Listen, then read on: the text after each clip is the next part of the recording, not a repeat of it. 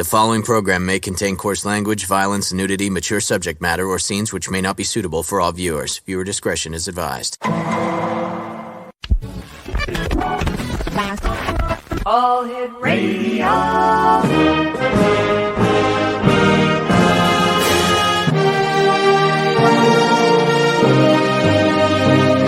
Welcome to the X Zone, a place where fact is fiction and fiction is reality.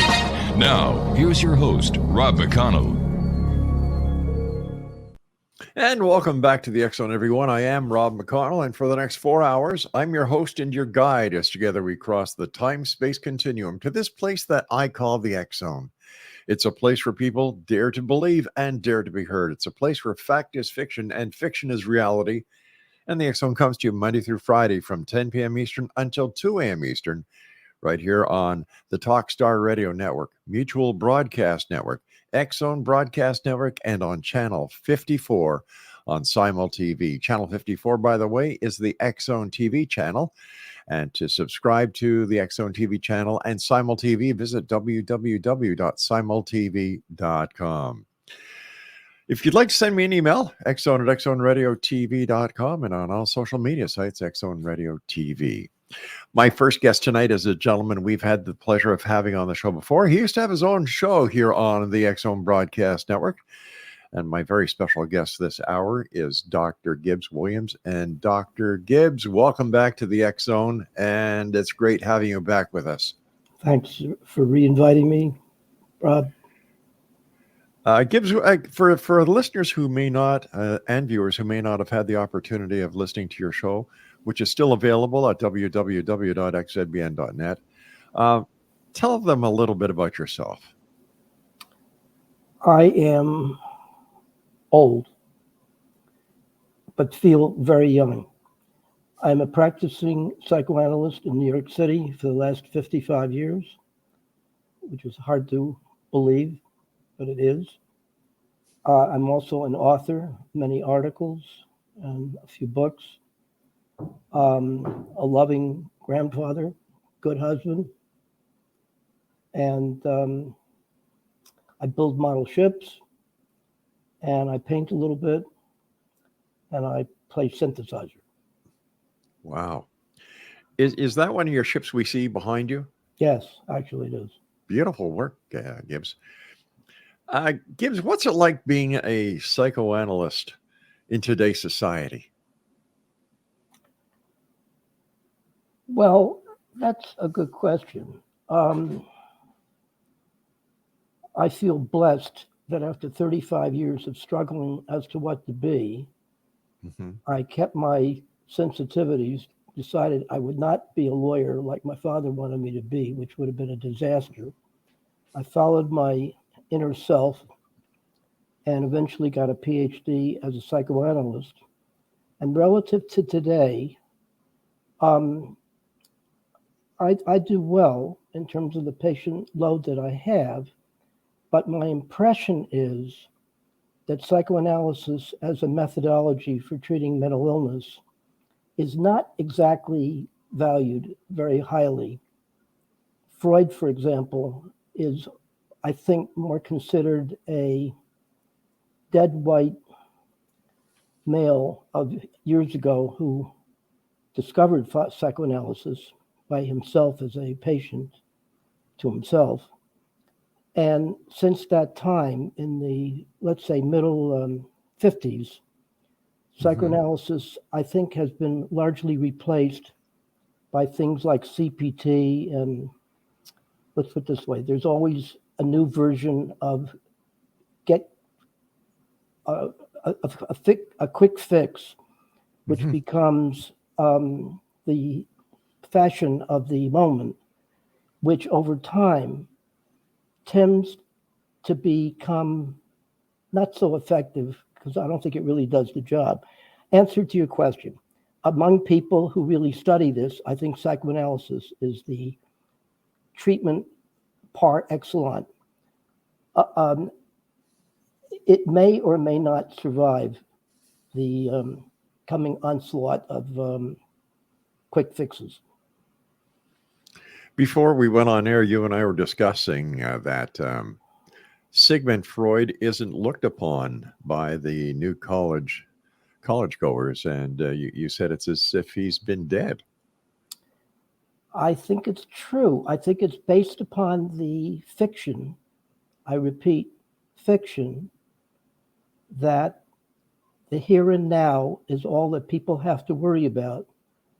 Don't upset yourself by trying to figure out the past, because the past is past and everything is current. So don't deal with that stuff.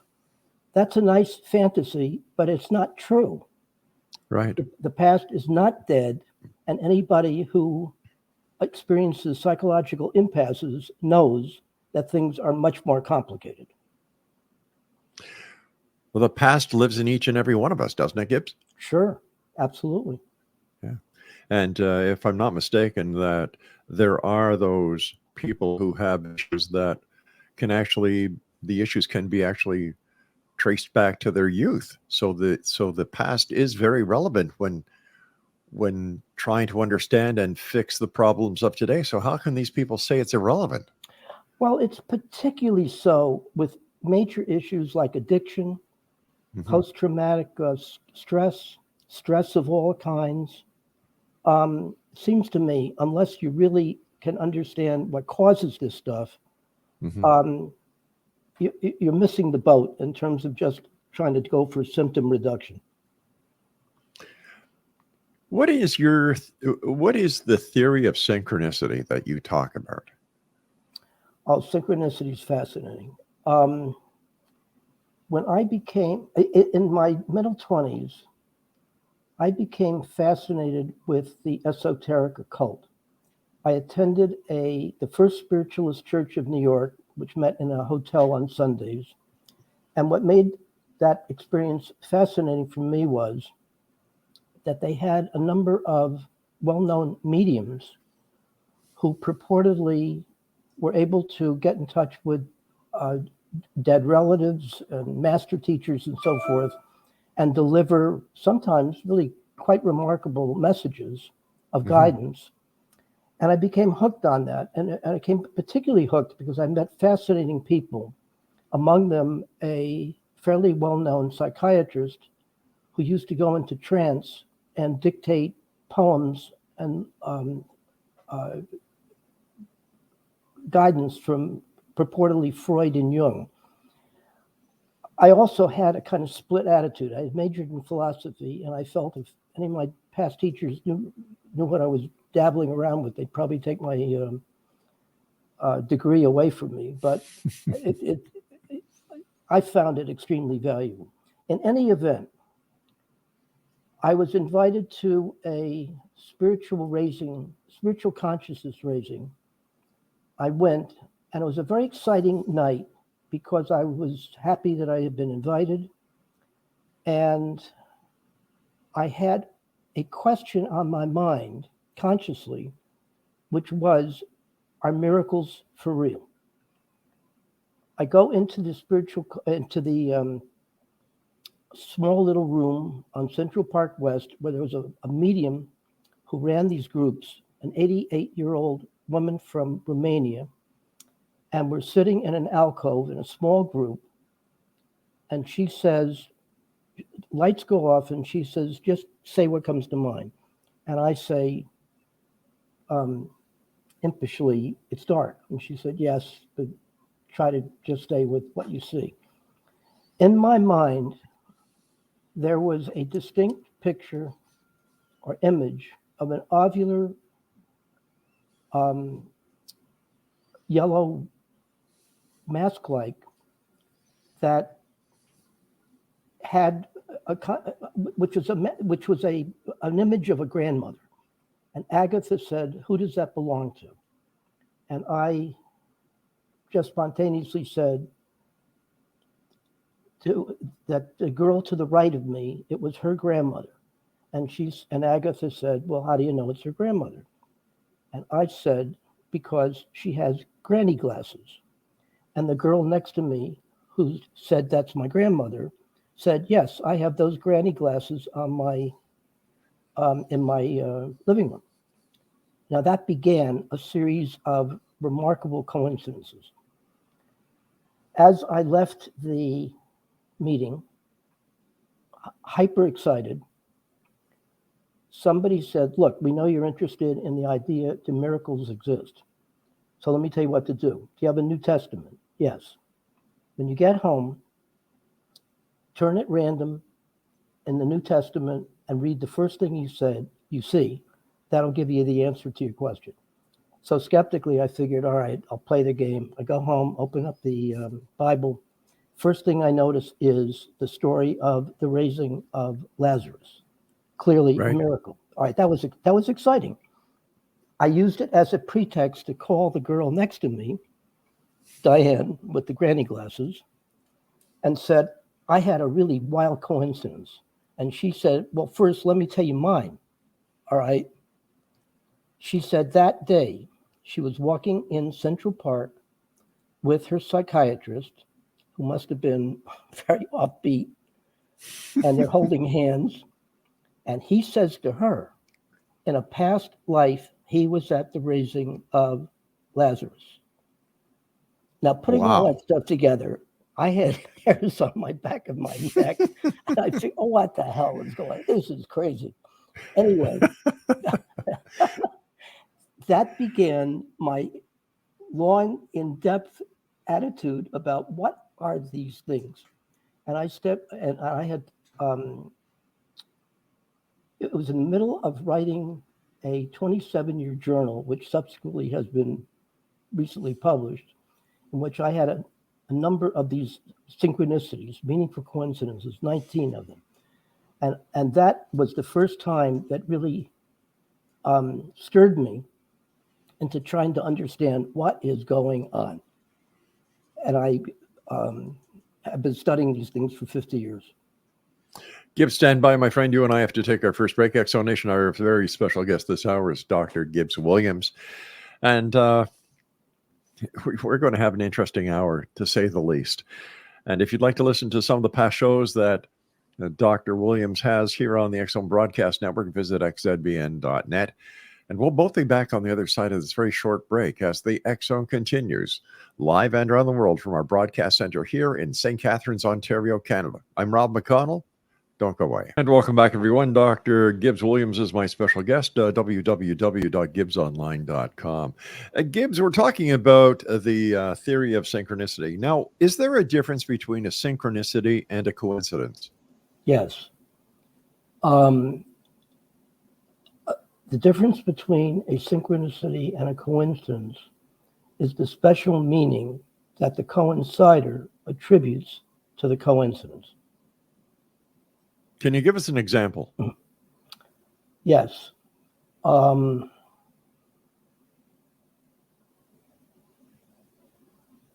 Take the synchronicity that I mentioned. I opened the Bible, having been interested in the question of, do miracles exist? First thing I see is Lazarus. Right. Typically, to me, that was a very special event. It was totally unexpected. I was thrilled. I had a sense of awe. I asked the question that many people do, what are the probabilities that, I was going to pick something that was truly miraculous, that I do it at that moment. And even more, when I call Diane, the girl, and I say Lazarus, and she says, oh, you too? And tells me about her analyst, who that day is walking in the park and says he's at a previous life of Lazarus rising. Mm-hmm. That struck me as particularly significant. Those are the kind of feelings. You have a feeling of awe, wondrousness. What are the probabilities? This is amazing. And you're sort of flooded with excitement. Jung calls that particular experience numinosity. And I might also that is of interest that Jung, the psychologist, psychoanalyst, a protege of Freud, by the way, he invented the term synchronicity.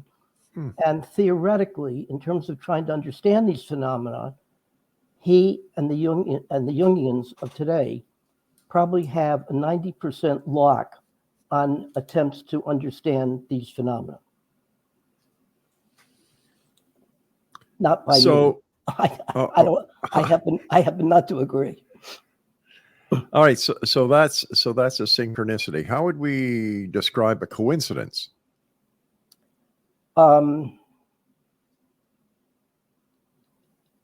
Think of an animal.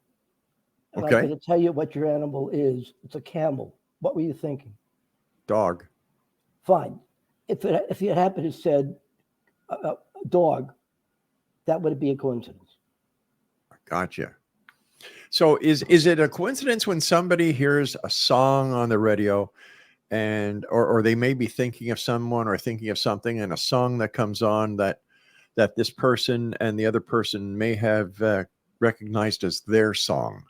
Is that a coincidence or is that synchronicity? Well, again, it depends as to whether the meaning of that interesting coincidence.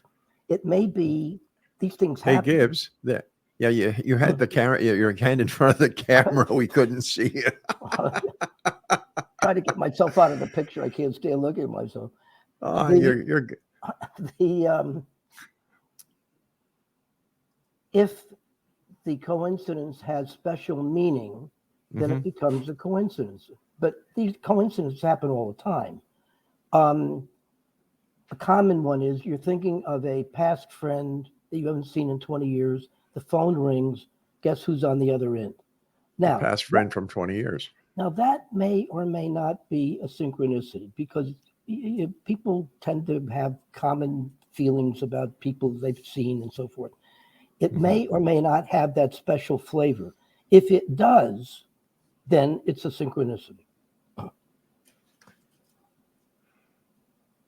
lot of people reported at one time that every time they looked at the clock, it was 11:11. In fact, it was called the 11:11 phenomenon. How would you, as a psychoanalyst, describe that people throughout the United States, Canada, Great Britain, Australia, for some unknown reason, would look at the clock and the number 11:11 was predominant? It's a good question, and it's not just 11:11. It could be anything. 1-1, Really? 1-2-3, 2-9-6. It really doesn't matter. I think the basic answer is psychologically. It's due to heightened attention. For example, a patient of mine comes in. He got interested in going to the Trotters. Every night, he would go 50 miles to the latest Trotter and bet. I said, how did you do? He took out a long list of winners. He was extremely pleased with himself. 2 months later, I thought to myself, wait a minute, where's the other list? And he pulls out a list of losers, double. People see what they want to see, and they can make meaning out of anything. So it's the person themselves who's actually coming up with the answers that they actually want, not. Well, is it really the answer that they want, or they see they see number 5 all over the place? Okay. And because of the repetition, it feels uncanny. How come I'm seeing 5s all over the place? All right. The reality is every day you get up, you see the sun. You don't particularly make anything out of it. The sun rose again. Why the number 5 is so important? If you are able to have a particular patient free associate to the number 5, ultimately you will get some kind of significance having to do with maybe age 5 or the number 5 or numerology or something. Gotcha. Gibbs, you and I have to take a break. When we come back, I'd like to talk to you about the edifice of Miami Beach. Edifice. How does that work for you, my friend? It works good. All right, Exonation, our guest this hour is Dr. Gibbs Williams. His website is gibbsonline.com, and you can listen to some of Dr. Gibbs's last shows here on the Exxon Broadcast Network by going to www.xzbn.net, and we'll both be back after this very short pause. Whatever you do, don't go away. And welcome back, everyone. My very special guest is Dr. Gibbs Williams. He's a practicing psychoanalyst, psychologist, I guess. Whatever. He's a great guy that lives in New York City. His website is gibbsonline.com. All right, Gibbs, tell us about Edifice of Miami Beach. Oedipus Rex, from the Greek story. If you will, may I just say one more thing about synchronicities that I think is important? Yes, please go ahead, Gibbs. As I said, Jung has a lot on the basic theories surrounding synchronicities. Mm-hmm. I am one of the extremely few people who challenge his particular theory. He got me angry when he said, with respect to these phenomena, a rational explanation of them is virtually impossible. Having majored in philosophy, I figured that's not right. That's grandiose. So I spent years on trying to refute his particular arguments, and I think I did a good job. Let me explain what the nub of what I did consists of. I want you all to imagine that you've been invited to a one-trick magic show. Okay. You go in, you hear the announcer introduce what the show is, and he says, it's true, I'm going to show you one trick, and I guarantee you're going to be dazzled. And you're going to have a major choice at the end of the trick, at the end of the show, which I will tell you. He does the show, he performs the trick, everybody is in awe, they're excited to the rafters.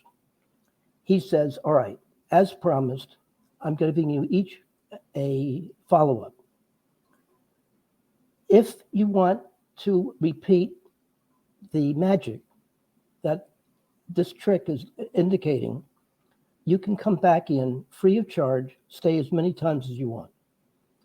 If, however, you want to know how the trick is done, I will show you how the trick is done, but you're going to lose the sense of magic. Your choice. I think I know how the trick is done. And I guarantee you, my particular point of view is going to fall probably pretty much on deaf ears, because people prefer magic to nitty-gritty reality. But from my perspective, synchronicities provide a clear path to what I believe is everybody's basic, idiosyncratic, creative selves. And if you follow my theory of synchronicities, you'll be able to make a connection with your personal creative process. So it robs the magic, but it gives you much more insight as to who you really are. I understand. Makes sense, too. You know, it seems that people love to live in a world of fantasy because they can't cope with reality. There is a person who's very popular these days, Beitman, who is the kind of guru of collecting synchronicities from extremely intelligent people. Mm-hmm. And his book is good. However, he doesn't get near... His basic premise, I think, has to do with validating people's need to project final authority into some rarefied mystical explanation. I think they're missing the boat. And I think that my approach would put people more in line with their own creative centers. It's going to be much less popular, but for those who like that, I think it'll pay off. Okay. You wanted to go back to Oedipus of Miami Beach.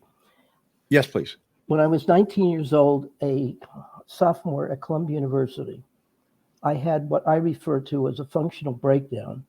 I was always able to go to class and function, barely, but I was very depressed, dissociated, fragmented. I was a mess.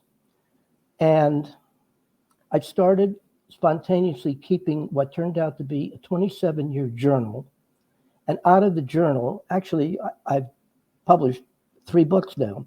The latest of them is a 2-volume set called Oedipus from Miami Beach, where I was born and raised. And the subtitle is my psychoanalytic quest for my spiritual father. And the second half dovetails, explains in great depth, eight of the 11 years that I spent in rigorous psychoanalysis, almost session by session, giving people, I hope, a very clear sense of what really goes on in effective psychoanalysis. What do you do? How do you do it? And of course, everybody's analysis is their own, but this was mine. And I think it's highly original. And I feel exceedingly good that I was able to persist in doing it. Why would a person need to go to a psychoanalyst? That is a very good question. Why would they need it? Well, I did many things. I got interested in the esoteric occult. Mm-hmm. I got lit on studying various subjects like psychology, and I was a kind of perpetual student. I did many pathways to try to get my fragmented self whole. In the course of that, I went to 2 other therapies, Sullivanian and Gestalt, for 6 years, twice a week, and came out of both as confused as I was when I first went in, and decided something's missing. It wasn't Right. a total failure, but it didn't get to what I wanted. I was reading Freud at the time, and Freud made sense to me, and I figured, you know something, I got to do this right. I have to find myself an effective psychoanalyst. So I interviewed a few people, found somebody that the very first moment I worked with him, I felt I'm finally home, stayed with him 11 years, 3 times a week, on the couch, no insurance, and felt virtually at every single session, I felt as if I was being increasingly understood in depth and breadth. That's what I needed. So is it the fact that you found someone who could understand you, Yes. even though other people in society couldn't? Well, there were people well-meaning, and I had a number of teachers. I think I read extensively, still do. Many people had pieces of understanding, but nobody was able, as one human being, for me to experience day to day that in his presence, I felt he was always addressing me as a total person, and I felt an enormous alliance with him, no criticism, always reinforcing the best of me. I felt like a rose unfolding. Would you say that in some cases a psychoanalyst is like a parent or a big brother to the patient?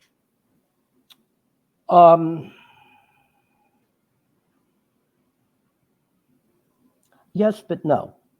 All Okay. of those are necessary, but this is different because in the space between therapist and patient, in my experience, there's no relationship like that. The space in between being on the couch and the analyst sitting up is critical. That at one and the same time, there will probably, if it works, there will probably never be a more meaningful relationship ever. On the other hand, you probably won't have an intimate connection with who that person really is. So the space, the objectivity, the distance is crucial in effective psychoanalysis. The relationship between the psychoanalyst and the person, the psychoanalyst sitting up on the chair and the patient on the couch, does that have anything to do with the couch reflecting that the patient is going to be as open as possible, or they should be as open as possible, and that the psychoanalyst sitting up is an authoritarian figure? Well, the analyst will always be an authoritarian figure. It's going to be the father. And Father. hopefully it's a good father rather than a bad father, and an understanding father than a lack of understanding father. Right. And the key to success, I think, is for each patient to learn how for themselves to answer the very big question of life, which is, who is my final authority? It's always the person. And it may take years to get to that point where you accept it. I'm having a bit of a problem understanding why somebody would not understand that, because we are responsible for what we do. Any decisions that we make by our own, on our own. So why would people need, and no disrespect to you, Gibbs, whatsoever, or anyone else, but what would happen to a person where they did not realize this? Would it be something in their past? Could it be something in their childhood? To me, it would seem that knowing that you're the final authority would be something that you would just know instinctively. To be a final authority, you have to accept you as making critical choices. Making critical choices means you may make bad choices, and you're going to have to live with the good choices and the bad choices. Mm-hmm. Most people I know would like to escape that feeling. I don't know what your politics is, but look at how half of the country in terms of who's the final authority. All right. I understand where you're going, and I understand what you're getting at. But anybody should, in my opinion, and I'm just looking at this from somebody outside the box, saying you make your own choices each and every day when you're driving your car, whether you turn right, whether you turn left, whether you stop at the red light or you go through the red light. And I can give you example after example after example. So I can't understand why somebody doesn't realize that they are responsible for the good choices and the bad choices they make. People I work with, although they do exactly what you're saying, you can't be alive and not make choices. Right. You would be surprised as to how many people are shocked when they discover that they are indeed making choices and not just reacting to whatever's happened. Wow. It's an interesting job you've got, my friend. Oh, I love it. I've learned something every day. I feel blessed that I was sensible enough to get myself involved in this stuff. It's really remarkable. When we come back, Gibbs, I'd like to talk to you about stress in the 21st century, especially before COVID, during COVID, and of course after COVID. Exonation, Gibbs Williams is my special guest, Dr. Gibbs Williams, and his website is gibbsonline.com. And Gibbs and I will be back as we wrap up this hour here in the X Zone with yours truly, Rob McConnell, from our broadcast center and studios in St. Catharines, Ontario, Canada. If you'd like to send me an email, xzone@xzoneradiotv.com, and on all social media sites, X-Zone Radio TV. Don't go away. We'll be right back. And we're back. Thank you for joining us tonight here in the X-Zone. My guest this hour is Dr. Gibbs Williams. His website is gibbsonline.com. Gibbs, here we are. Let me see. It is the 12th of September, 2022. Everybody's getting over COVID finally. No masks, no travel restrictions. The price of food is soaring. The price of gas is soaring. We're still in a political mess. We still have hunger. We still have climate, global climate. People are not returning back to work, even though everybody's screaming for employees.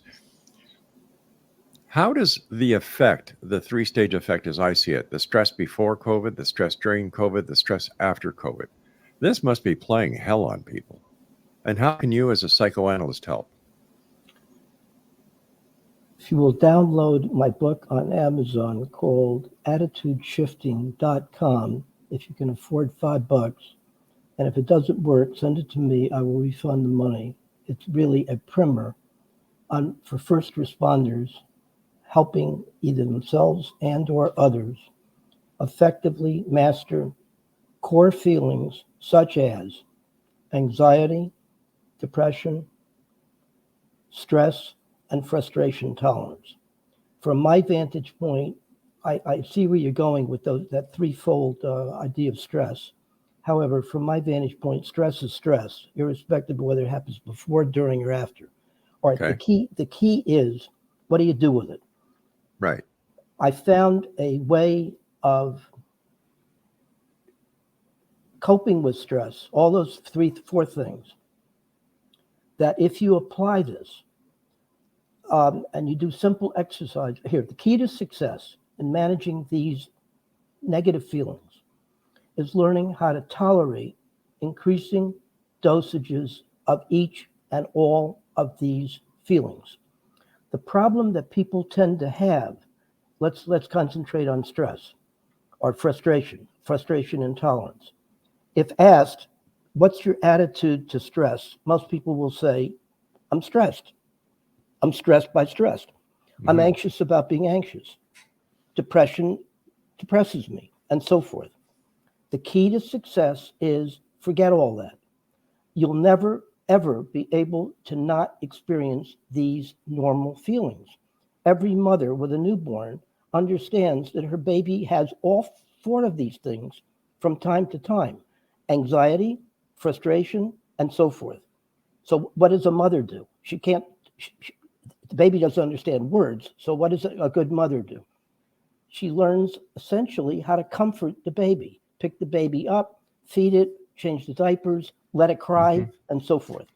If she can tune into what the baby needs, the baby will learn how to gradually tolerate increasing dosages of stress.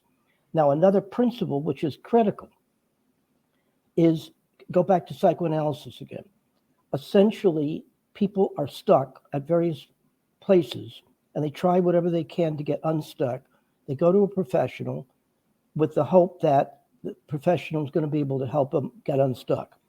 All right, essentially, what they need to be able to do is to understand their attitude to why they can't get out of their stuckness.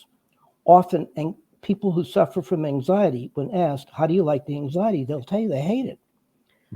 The key to success is change your attitude from hating it to, you can't do a damn thing about it. It's normal.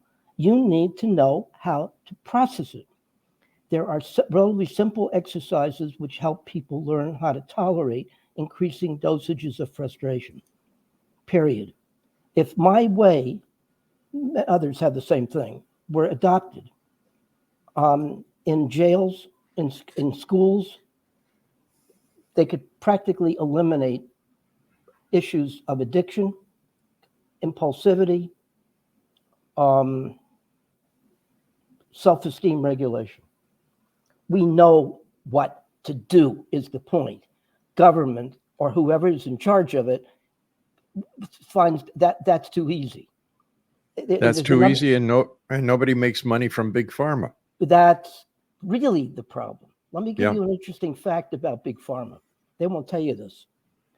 In their literature, and they have to confess to this, when they try to understand what is going on with effective use of pills in controlling anxiety and depression, let's say, they will admit to 70 to 80% of those pills' effectiveness is due to a placebo effect.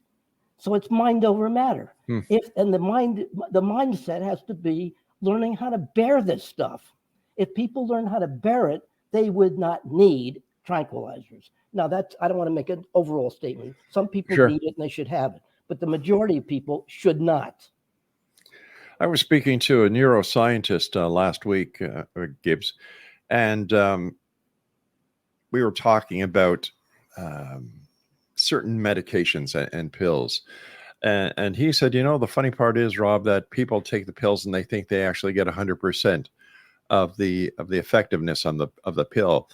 But what they're not told is that the body itself actually processes most of the effectiveness of the pill, and they're getting a very minor, a very minimal percentage of the pill that actually does any work because of the liver. Is that what he said, Craig? I forget what it was, but once again, Big Pharma doesn't tell you all this. It's reinforcing what I said. I'm adding the more mental thing. You're adding the more physical. I agree with both. Yeah. Gibbs, you and I talked a couple of months ago, and we got on to the topic of the drug abuse crisis. If your system was to be implemented, and I've known you for a while, and I've never doubted your word, isn't there anything that can be done by getting your system to the people who could actually make the difference and use this system with the people who can really benefit from it, as well as schools, as well as any other place where these problems exist? And the simple answer is the happy pill. Why can't we do something, Gibbs? Thank you for the segue to my fourth book called Smack in the Middle, having to do with my turbulent years treating heroin addicts at Odyssey House, an innovative therapeutic community in Manhattan. For the first 5 months of my 17-month experience at Odyssey House, I felt as if I was reliving my personal Garden of Eden. It was at that point where my eyes opened up, and I cut through my idealism of the executive CEO, who was a 36-year-old psychiatrist and lawyer, who was in a way an evil genius. A lot of what she did was good work. A lot of what she did was evil. I appointed myself the keeping records of Odyssey House and kept an ongoing daily journal. Out of that journal came Smack in the Middle, in which I was able to understand what really works effectively in therapeutic communities and what is not going to work at all. Ultimately, you have to create a situation where you are humane, you focus on the issue of basic trust, you get people to understand that words mean what they say, and you give people graded jobs which enable them to use skills which they've never used before to do productive work. That's essentially what happens. It works. Again, we know exactly what to do. It's the damn government that will not fund the money to do it. Is it possible that the government is afraid to lose control if all these people are taken care of and they don't need help because they've learned how to help themselves, and they're feeling good about their life and everything is going in a positive fashion where they don't need the government support, the government sympathy, and the government apathy? Well, whether it is the Democrats or the Republicans, do you think it makes sense to house mainly Black and Hispanic people who have an ounce of marijuana for 25 years and warehouse them? That doesn't make any damn sense. As a former police officer, I agree with you 100%. It makes no sense. And it's expensive, and it's self-defeating because it doesn't work. No, it doesn't. Hey, Gibbs, I'm just looking at the clock here, my friend. You and I have to say so long for this edition. Gibbs, it's always a pleasure talking to you. I thank you for the work that you do. And I hope that we have the pleasure of speaking to you again soon, my friend. Thank you very much, Rob. I appreciate it. Gibbs, take care of yourself. Be safe out there, my friend. Thank you. Exonation, Dr. Gibbs Williams has been my guest this hour. And if you'd like to listen to some of the shows that Gibbs did here on our network, XZBN, visit www.xzbn.net. And to visit Gibbs's website, gibbsonline.com. It's so refreshing to speak to people who actually want to make a positive difference and who are not afraid to speak their minds, because when one speaks their mind, they speak with their heart. I'll be back on the top of the hour as the X Zone continues with yours truly, Rob McConnell, from our broadcast center and studios right here in St. Catharines, Ontario, Canada.